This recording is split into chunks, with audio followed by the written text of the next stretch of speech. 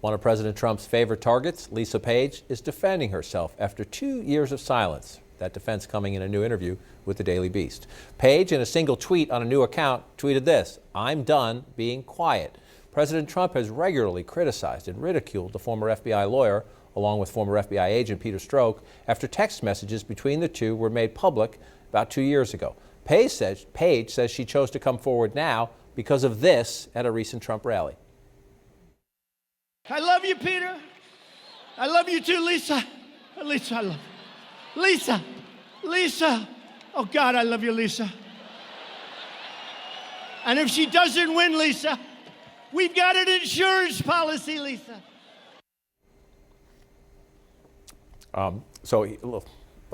Trying to process that. We'll come back.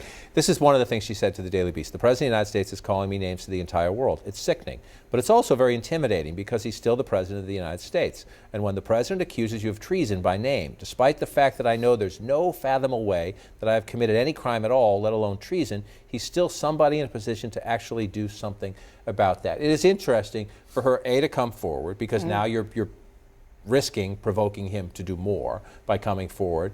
And B, obviously the timing here. We're expecting the Department of Justice Inspector General report out next week. One of the questions for the Inspector General was to address the texting between Peter Strzok and Lisa Page, certainly improper, but was there anything wrong done?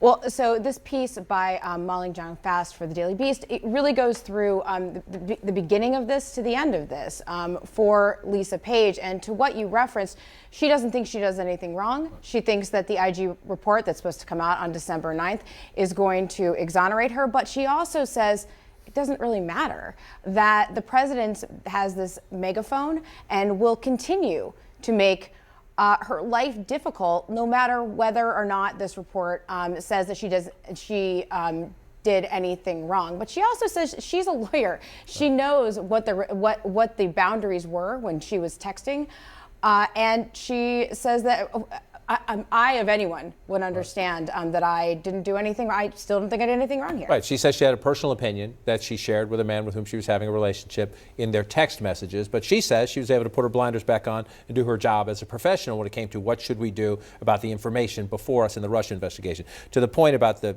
IG report, she said, while it would be nice to have the IG confirm publicly that my personal opinions had absolutely no bearing on the course of the Russia investigations, I don't kid myself that the facts will matter very much. Fact will not matter very much for a lot of people. The president has a very loud megaphone. And this is an interesting, even beyond Lisa Page. A lot of the reporting so far, based on sources about what the IG is going to say, is yes, some judgment calls, yes, one low-level lawyer who altered a document, and that's reprehensible. However, the Carter Page warrant was warranted. There was no political bias in the FBI leadership in the investigation. That's not what the president wants to hear.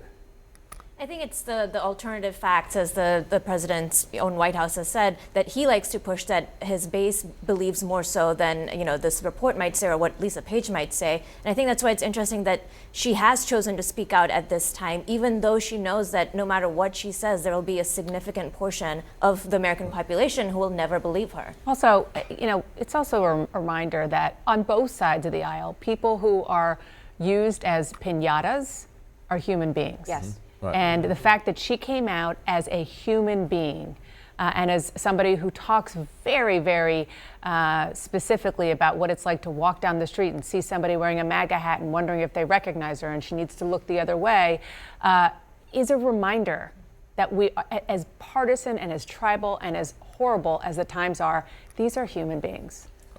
We'll watch as this one plays out as well. It's an interesting decision to come forward. Up next for us, a little bit of a lightning round. But before we go to break, 2020 candidate, Senator Michael Bennet, evokes the Hillary Clinton campaign. Here you go. Not doing it.